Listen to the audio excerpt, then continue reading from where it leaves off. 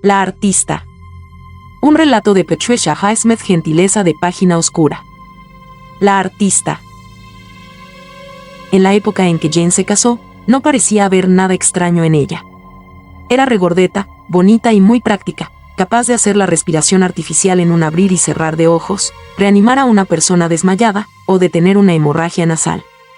Era ayudante de un dentista y no se inmutaba ante una crisis o un dolor. Pero sentía entusiasmo por las artes. ¿Qué artes? Todas. Empezó, durante el primer año de casada, con la pintura. Esto ocupaba todos sus sábados, o suficientes horas del sábado como para impedirle hacer la compra del fin de semana, pero la hacía Bob, su marido. También era él quien pagaba el enmarcado de los retratos al óleo, sucios y con los colores corridos, de sus amistades. Las sesiones de posa de los amigos también consumían buena parte del tiempo durante el fin de semana. Al fin, Jane admitió el hecho de que no lograba evitar que los colores se corriesen, y decidió abandonar la pintura por la danza. La danza, enfundada en un leotardo negro, no mejoró mucho su maciza figura, únicamente su apetito. Luego vinieron las zapatillas especiales. Estaba aprendiendo ballet. Había descubierto una institución llamada la Escuela de las Artes.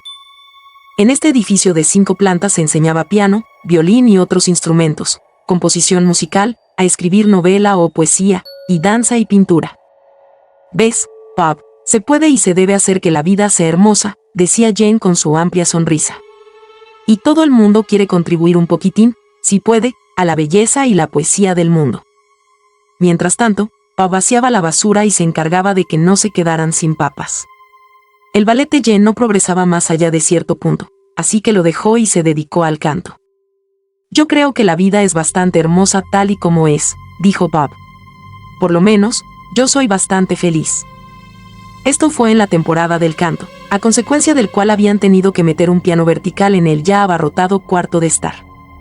Por alguna razón, Jane dejó sus lecciones de canto y empezó a estudiar escultura y talla en madera.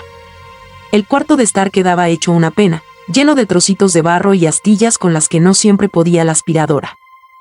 Jane estaba demasiado cansada para hacer nada después de un día de trabajo en la consulta del dentista y de permanecer de pie luchando con el barro y la madera hasta medianoche. Bob llegó a odiar la Escuela de las Artes. La había visto unas cuantas veces, cuando iba a recoger a Jane a eso de las 11. El barrio era peligroso para andar sola. A Bob le parecía que todos los alumnos eran un montón de optimistas mal encaminados y los profesores un montón de mediocridades. Aquello le daba la impresión de un manicomio de esfuerzos desviados. ¿Y cuántos hogares, hijos y maridos estaban trastornados porque la mujer de la casa, la mayoría de los alumnos eran mujeres, no estaba en el hogar haciendo algunas tareas esenciales? A él le parecía que no había inspiración en la Escuela de las Artes, solamente el deseo de imitar a las personas que la habían tenido, como Chopin, Beethoven y Bach, cuyas obras oía destrozar mientras esperaba a su mujer sentado en un banco del vestíbulo. La gente llamaba locos a los artistas, pero estos alumnos parecían incapaces de esa clase de locura. Los estudiantes parecían locos, en cierto sentido de la palabra, pero no en el sentido adecuado.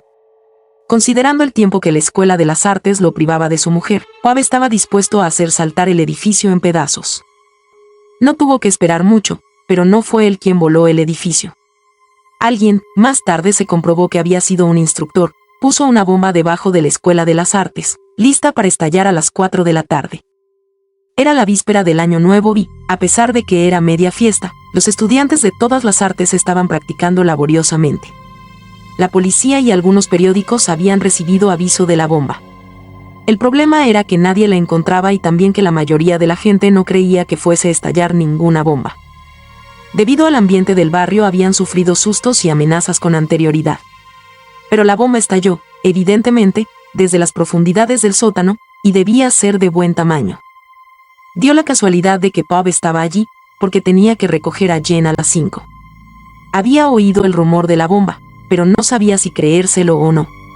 Por precaución, sin embargo, o por una premonición, estaba esperando al otro lado de la calle en lugar de hacerlo en el vestíbulo.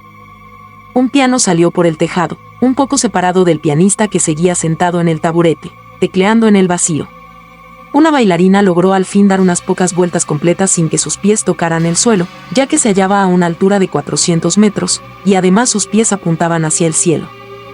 Un alumno de pintura fue lanzado a través de una pared, el pincel en suspenso, dispuesto a dar la pincelada maestra mientras flotaba horizontalmente camino del verdadero olvido. Un instructor, que se refugiaba tan a menudo como podía en los lavabos de la Escuela de las Artes, salió disparado junto con parte de las cañerías. A continuación apareció Jane, volando por los aires con un mazo en una mano, un cincel en la otra.